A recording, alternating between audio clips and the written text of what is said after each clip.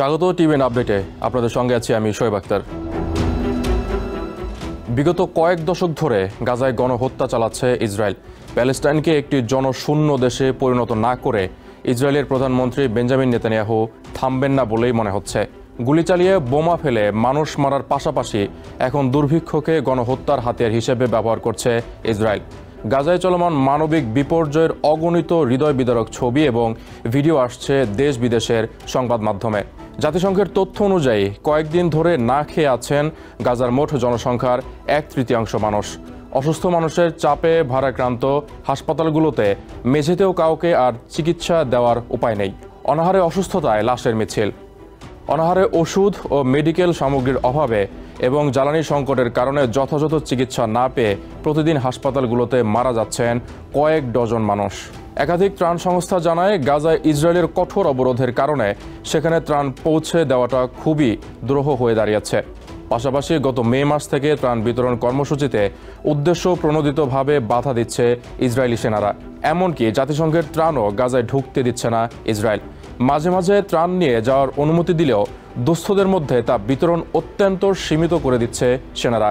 এর ফলেই ভয়াবহ দুর্ভিক্ষ দেখা দিয়েছে গাজায়। ত্রাণ নিতে যাওয়া গাজার বাসিন্দাদের গুলি ছুড়ে হত্যা করার মতো নির্মম ঘটনা একাধিকবার ঘটিয়েছে ইসরায়েল। নিহতের মধ্যে অনেকেই ছিল ক্ষুধার্ত নারী ও শিশু।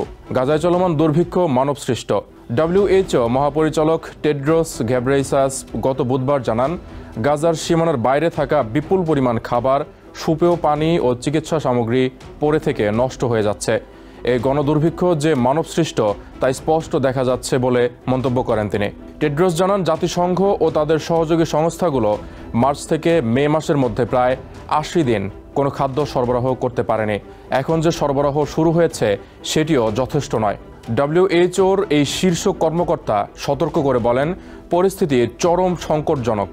স্ক্রিনিংয়ে দেখা গেছে প্রায় 10% মানুষ মারাত্মক বা মাঝারি মাত্রার অপুষ্টিতে ভুগছেন এবং কমপক্ষে 1% গর্ভবতী নারীও অপুষ্টির শিকার। WHOর প্যালেস্টাইন প্রতিনিধি রিক পেপারকর্ন জানান, শুধুমাত্র জুলাই মাসেই 5100 শিশু অপুষ্টি নিয়ে গাজার বিভিন্ন চিকিৎসা কেন্দ্রে ভর্তি হয়েছে। এর মধ্যে 800 জন মারাত্মক অপুষ্টিতে ভুগছে। অপুষ্টিতে আক্রান্ত মোট শিশুর সংখ্যা 17,000 ছাড়িয়ে যেতে পারে বলে জানিয়েছে আল জাজিরা সহ একাধিক সংবাদ মাধ্যম। হামাস দায়ী বললেন ট্রাম্প। ফ্রান্স, ব্রিটেন ও কানাডা সহ বিশ্বের 1 ডজনেরও বেশি দেশ গাজায় ইসরায়েলের নির্মমতার প্রতিবাদ জানাচ্ছে, কিন্তু চোখে শুধু হামাসের দোষ দেখতে পাচ্ছেন প্রেসিডেন্ট ডোনাল্ড ট্রাম্প। গত শুক্রবার তিনি দাবি করেন, ইসরায়েলের সাথে যুদ্ধবিরতিতে রাজি হয়নি হামাস। তার একদিন আগে কাতারের দোহাতে ইসরায়েল হামাস শান্তি আলোচনা থেকে আমেরিকা সরে যাচ্ছে বলে জানান বিশেষ প্রেসিডেন্সিয়াল দূত স্টিভ উইটকফ।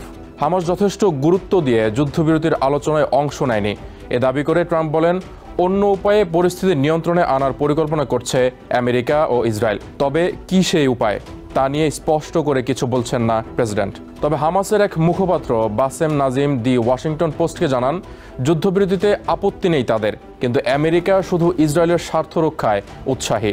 গাজার মানুষের ভাগ্য নিয়ে কোনো মাথা ব্যথা নেই তাদের। ট্রাম্প প্রশাসন একাধিকবার দাবি করেছে, গাজায় ঠিকমতো ত্রাণ পৌঁছে দিতে নিরলসভাবে কাজ করে যাচ্ছে আমেরিকা ও ইসরায়েলের যৌথ সংস্থা গাজা হিউম্যানিটারিয়ান ফাউন্ডেশন GHF। তবে বাস্তবতার সাথে তাদের এই দাবি একেবারেই মেলে না। নিউ ইয়র্ক থেকে সম্প্রচারিত TVN 24 টেলিভিশন বিশ্বজুড়ে বাঙালির কণ্ঠস্বর।